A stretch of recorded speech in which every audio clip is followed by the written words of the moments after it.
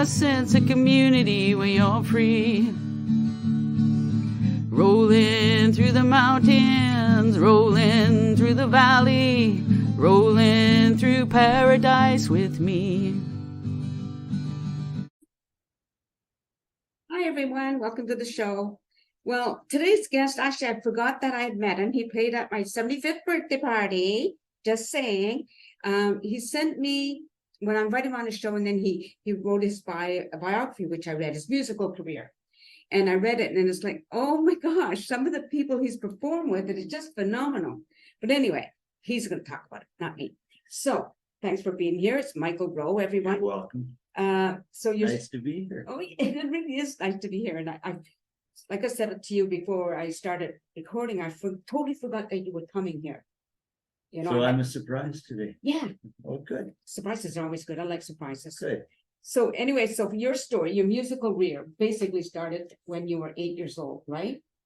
Yeah, I started playing piano when I was 6, 7, 8, around there. Started fooling around piano Right. a little bit. Well, tell the story about the piano, seeing your father. Oh, that's the way it all started was one day I was about 7 years old, I think, and I saw this piano, an upright piano coming straight towards me down the street. And I'm looking at it, and then I see my dad and a neighbor pushing it from the other side. So they pushed it up, got it into the house, got it into the living room, and it stayed there for a number of years until I got better at playing, and I started playing harder and louder and louder. And as I got older, I played louder and louder. And so my dad, they took the piano and put it in the basement. And that's where I learned to play, is being in the basement. I bought a couple Elton John songbooks Okay. so I could read the guitar chords over the top, because I don't read music. Okay. All right. So, but I can read chords. Mm.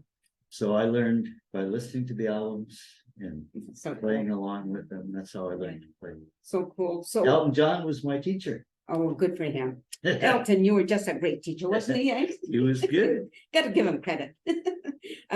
So now I'm going to talk to you as if I haven't read your autobiography, because sure. it's more fun that way. So for you, when did your musical career start? I guess I probably started in playing in garage bands when I was 14 or 15. Right, and that's pretty common for young boys around that age, That's right? the only place you can play. Yeah, for You sure. know, they won't let you into bars yet. But it sort of, what fascinates me, first of all, you're not from British Columbia or Canada originally. I'm from Fargo, North Dakota. Okay, so how did you end up here? I left Fargo when I was 18 years old, Mm-hmm. and I went up to Winnipeg, and I met a book. I left because the drinking age was 21. Not that I wanted to drink, Right. but I couldn't play in the Oh, bars. right. So in Manitoba, the drinking age was 19. Okay. So I wanted to play in bars. That was my big goal at that point in my life. And so I met a booking agent in Winnipeg, and I phoned up 3 friends from Fargo. Mm-hmm. And he bought us red crushed velvet suits, 3 pieces. That's been so beautiful. Put us on the road for 3 years solid, 3 years. just playing all Wow. Swift Current, Mm. all the little towns all over. We were kind of a B sort of band. We weren't a rock band. We were Right. playing lounges and steakhouses and stuff like that. But eventually things changed for you, right?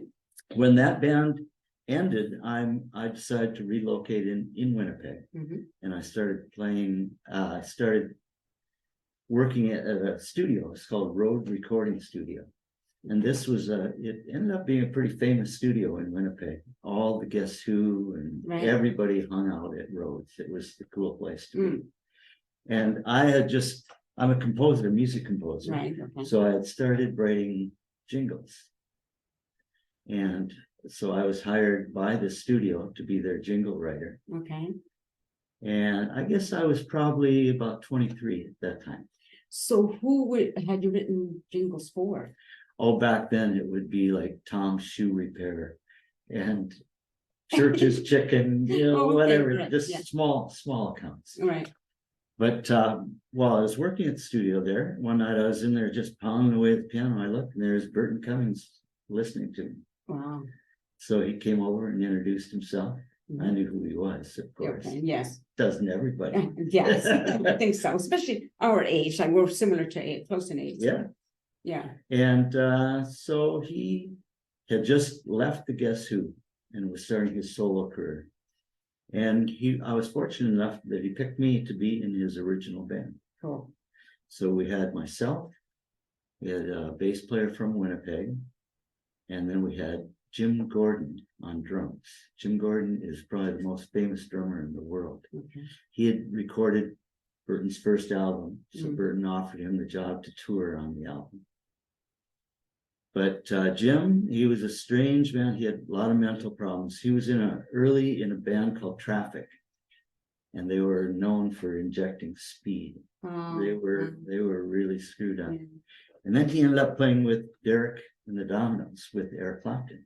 Oh, wow. And then he went with Mad Dogs and Englishmen with Joe Cocker. So he was an amazing drummer. So just to feel his groove behind you when you're playing, it just drives you. But he quit in the middle of a tour. Burton was in my room one night. We were drinking scotch like we used to. And he went back to his room and he called me and says, "Did you hear anything outside?" And I said, "No." He says, "Well, Jim Gordon jumped out of his room in Spider-Man pajamas at me and told me he quit." Wow. And Jim went back to LA, and this is the sad part. He heard voices all the time. And he was telling me that he could hear voices making me play the way I wanted him to play, not the way he wanted him to play. And then he killed his mother with an axe and went to prison for life. And recently just died in prison about less than a year ago. What a sad story. Well, and I have to ask, because reading your biography, you talk about the drug scene and the drinking. Why is it almost like something that musicians do?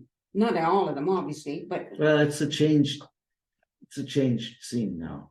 When I was doing it, we had influences like the Doors and Janis Joplin, and all these heavy bands that were known for their partying, their drinking.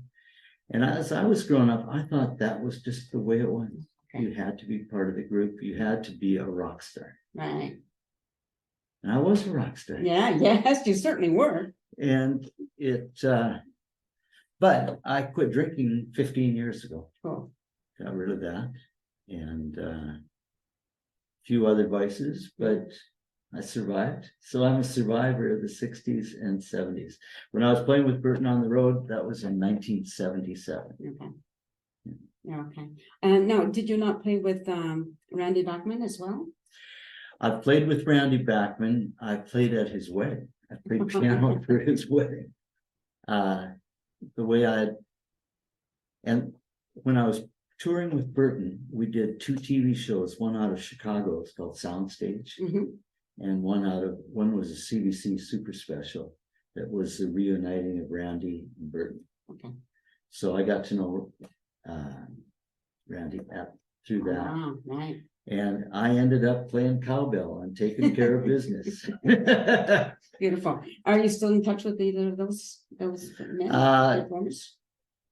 I was in touch with Burton. He played in Vancouver 2 years ago at the Peony, and I got in touch with him. He got me tickets. And I wanted to go back and talk to him, but it was COVID and there was no backstage allowed. So. Right. But he was nice enough. He got me 9 tickets. And, those guys, you got to give them credit for the amount of years that they've put in. Absolutely. And the volume of work that they've produced. Right, yeah. Now you're still performing. I am. Yeah. I am. I just joined a new band. It's called the Claim Jumpers. The Claim Jumpers. The Claim Jumpers. Oh. And we're from Chilliwack. Right. And maybe you know Victor Cronley. Doesn't sound familiar. He is kind of the leader. Well, it was his band and I've just joined. Oh, so okay. he had a trio and I'm bringing piano into his trio. Okay. So, so that's going really good. Well, how did you meet? Because at my birthday party, you were playing with Stan Giles' band. When I moved here, I moved here because I met a lady that lives here. Okay. She's here. She's there. They can't see you on camera, but she waved to everybody. Sorry, what was the question again? The question is, Oh, Stan. Yeah. I forgot, I almost That's forgot the okay. question myself. When I got here, I didn't know a single person in town except for Shannon. Okay, So I heard they were having jam sessions at the Legion. right. So I went there and I dragged my piano in there just to see what was going on. And Stan Giles was running the jam. So I played a few nights and he says, "Well, you gotta play in my band." Oh, so cool. He's so nice. I He's a really great like him. guy. Yeah, Great right. guy. So, okay, so but now you're in this other band. Mhm. And are you gonna be touring? Are you just gonna be performing? I just perform locally now. I don't go on the road anymore. Because it's a lot of work, isn't it? I was on the road 15 years solid, Right, yeah. Well, so for I've sure. paid my dues. Yeah, for sure. But now let's just say that Burton Cummings contacts you and says, "Hey, listen, I need you to come wherever he is," and would you go? In a minute. That was one of the most exciting times in my life, Yeah, yeah. is being on the road with, and we were always headliners in Canada because Yeah. Burton is Burton. But in the States, nobody really knew much about Burton. So we ended up touring with as opening act. Mhm. He had Stand Tall was just out at that point, and it was number 4 on Billboard and climbing. Never made it to 1, but Right. he got up there. And sorry, I lost myself. Oh, just would you? Oh, would I go back? Yeah. Yeah. You're treated, well, you're a rock star. You're Yeah. treated first class. It's all limos. And there's something about being on stage too with that kind of crowd that A you would. huge audience. Yeah. You know, we played for some extremely large audiences. I did an outdoor festival in Atlanta. It was 80,000 people. That's hard to imagine. You look, and all you see is little dots, pinheads. So my trick, the way I always kind of coped with it, and you feel like, how do I perform for this many people? Right. So I just always go with the first 20 Mm, rows out. That's my audience. right. Everything else is peripheral. Now, is there somebody that you hadn't performed with that you would like to have had during your career? Oh, lots of people. I love music, and in Canada, I think Burton was about as big as it gets. Okay, yeah, for sure. Right? Yeah. Yeah. Now, I think you mentioned that you write your own music. Yes, I was, like I said, I was a jingle writer Mhm. for many That's years. pretty cool. I've written over 2,000 Oh my gosh. jingles. Right. So with this new band that Mhm. you're performing with, will you be performing some of your songs? No, we are strictly a cover band. Oh, okay. We play dance music. Oh, I love that. That's all we do. Yeah. We pick our songs strictly on the basis of danceability. Okay. Now, knowing that this is going to be aired on December 6th, do you have a performance coming up? December 9th, I'm playing with a fellow named Rob Rowan. Okay. I don't know if you're familiar with him. He's kind of a country guy around Chilliwack, Okay. quite well known, and he's been doing it forever. Mm-hmm. And he got up on stage with my new band and just did a couple songs, and he came right over and he says, "You got to play with me on December 9th." And where's that going to be? I believe it's at the Legion. Better. The Better. In Better. Oh, okay. Yeah. All right. Cool. Yeah, cool. So there's. Yeah, Yeah. that's pretty interesting. I had a question and that just gone out of my head for a minute there, you know? Comes back. Yeah, they'll come back. Now I know you play the piano and you play the guitar as well? I call it campfire guitar. Campfire. I know cowboy chords. Oh, all right. But I use my guitar for writing, because you will write totally different on a keyboard than you would on a guitar. Okay. So depending on what I'm writing for, if it's a guitar-based song, I'm going to write it on guitar. I won't do it on the keyboard. Do you sing? I do sing. Mhm. I'm not a big fan of my voice, but a lot of people are. Well, hey, listen, Yeah. it's what pleases the audience, right? Yeah. Or Yeah. the other performers the people that you're performing Yeah. with. If they said you have a good voice. Well, they keep asking me to sing songs, so I guess I guess I'm doing it. Yeah, very good. Yeah. So, okay. So you have anything else coming up besides the December 9th? Yes, with my new band, we're playing the 15th at the Better Legion also. Mm-hmm. We're a Legion band. Well, that's You know, cool. I Yeah, went yeah. from stadiums to Legions, and Yeah, I'm still yeah. getting off just the way it was in big crowds. Well, listen, you have to, this is what I've learned about speaking to performers, musicians. You have to do it, You have to. right? It's like, yeah, exactly. It's just, that's who you are. It's a habit you can't break. But it's not a bad habit. Ah, There's some that is- lot worse habits. You know what? In the music business, there is a lot of money to be made if you're in the upper echelon. Yeah. I've been fortunate to have had some great jobs in my career. But I look at a lot of the people that I hire to play on my sessions. I'm probably the weakest player in the group. I always hire the best I can possibly get Okay. because it makes me look good.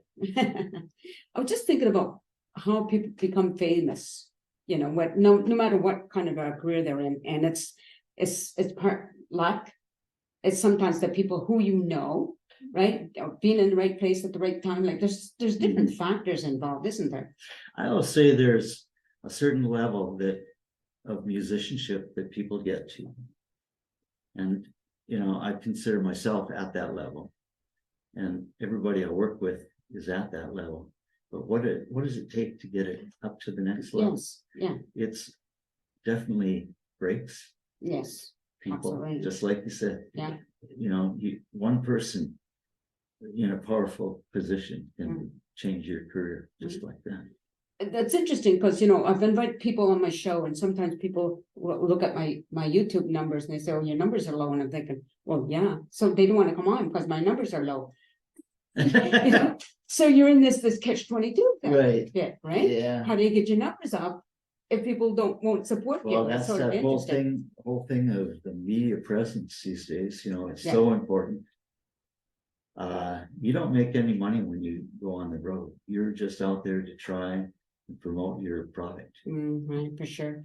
How hard was it during COVID? I wasn't performing in COVID. I was living in Vancouver, and I was just the other thing I do for my main job these days is writing for music libraries. Now these are libraries, the big one, they're international music libraries. So the big one's in London, England, and the other one is in Munich, Germany. And I get hired, they approach me and they tell me a style of music that they want an album done in. And it's all instrumental. Okay. And it's used if somebody's doing a TV commercial or a radio commercial and they need a hunk of music, but they don't want to pay for an original piece. Okay. They can lease my music. Oh, that makes So I get paid royalties on every time my music is used. right.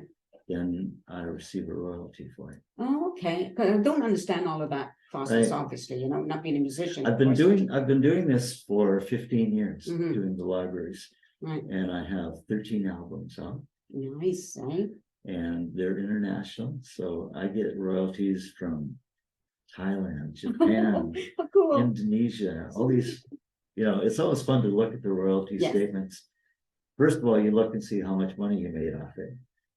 A lot of these things are used in TV shows, like the show Pawn Stars. Right, okay. They use probably 60 little snippets of my music every 3 months, but they only pay you like 2 cents. 2 cents. But Cheap bastoids. cheap, yeah, well, you know, they gotta make a buck too. Yeah, well, yeah. But recently, all of a sudden I've been getting some big royalties for songs that I wrote years ago. Oh, That nice. all of a Okay. sudden it's being used in a movie. Wow. And so I'm gonna be making royalties if my friend in New Zealand writes a song. Because I came up with the name of it. It's called Spider Farts. spider farts. Wouldn't that be a good song? Spider farts, spider farts. Who's afraid of a spider fart? So I'm expecting to write it. So he said we'll share that 50-50, but now it's actually it's going to be 55-45 in my favor. Oh, good. Well, that's because he had to reschedule his interview. Getting back at it. Yeah, for sure. Why not? And if you have to reschedule again, it's even going to get worse for him. But he's actually going to write the song. I hope. Oh, I don't know if he will or not. We just have fun because it's You just got my card. You send me a copy. I'll send it on to the music libraries. You're gonna be famous. I always wanted to be famous. I think you are, Nancy. It would be fun. I don't maybe a few people in Chilliwack, but other than that, I don't speaking about fame, that's something that a lot of people strive for, Mhm. right? That's why a lot of That's people why we do it. Yeah. But it's elusive. It's kind of an elusive thing, isn't it?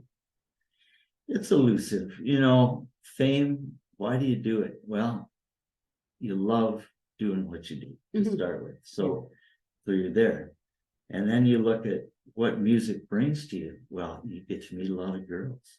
That's the most important thing when you're 15 young. or 16, right? You discover girls, and music and girls all kind of goes together. And that's my story. Everybody has their own Sure. Yeah. little thing. But fame is elusive. Mhm. It's interesting when you talk about girls. When I was a teenager, it was that Elvis Presley and the Beatles and all these people. And the girls, I remember my friends all going nuts and crazy. And I never understood that because I'm thinking, you're never going to meet these people. Why are you going out with this? Beatlemania. Yeah. And Elvis, boy, they captured the world. Yeah, they sure did. Yeah. And the state is something that's still going on, right? The music. They started it the way our music is now. That the Beatles started that. Well, Yeah. They didn't start it, but they kind of made it popular. Yeah, for sure. Yeah, right. Well, I think, oh my gosh, we could go on more, but I think we're going to have you on the show again because there's so much more to talk about because your story is so fantastic. How much paper did you use to get this out? Listen, I have a laser printer, so I got those long cartridges. Right. So paper's fairly cheap. But yes, I print. By the way, if you're looking for a really, really good read, I'm talking to the audience here. Okay. Contact Micheal Rheault. He's on Facebook, and his story. It's called his biography, by the way. Rock and Row, and you can see the way his name is spelled. Can't see it. It's too fuzzy. But anyway, it's from garage bands to grandstands. So it was such a fantastic read. It really. I'm glad you enjoyed it. Oh, I really did. I didn't write it for people. I wrote it for my grandkids. I know, but people have to read this. Yeah. I think that people I think a lot of people would enjoy reading this. I've just been fortunate to have a lot of weird things happen to me, a lot of fantastic things happen to me, and have met so many influential people. Right. I've just been very fortunate. Yeah, very good. Yeah. And who knows what's coming up the road. That's the beauty of life. I'm working on a brand new album right now for the libraries. I've been working on it for 2 years. Mm. And I'm pretty sick of the songs by now, but they're almost finished. Right. And then I will take that and then present it to all the different music libraries, and hopefully somebody will buy into it. Yeah, very good. Yeah. Cool. Yeah. Well, again, like I said, we're going to end it there. But I'm just going to address the audience. So you've been listening to Micheal Rheault, and I'm going to share some information so that you want to contact him. Or like I said, he is on Facebook, so I'm sure he'll respond. And if you're local, some of the people he's spoken about anyway. So that makes a big difference. So thank you everybody for watching this show. I hope you continue to do so, and just go to my YouTube channel and subscribe. I'm trying to become famous. You are, Nancy. Yeah, in my own mind, right? Thanks everyone. Take care and peace out. Now I gotta find you off.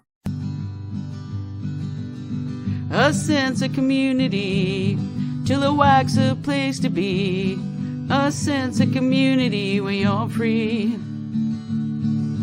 Rolling through the mountains, rolling through the valley, rolling through paradise with me.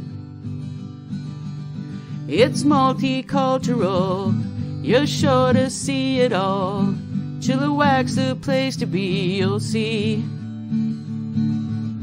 Come party in the park, go dancing after dark. Chilliwack's the place to be, you'll see.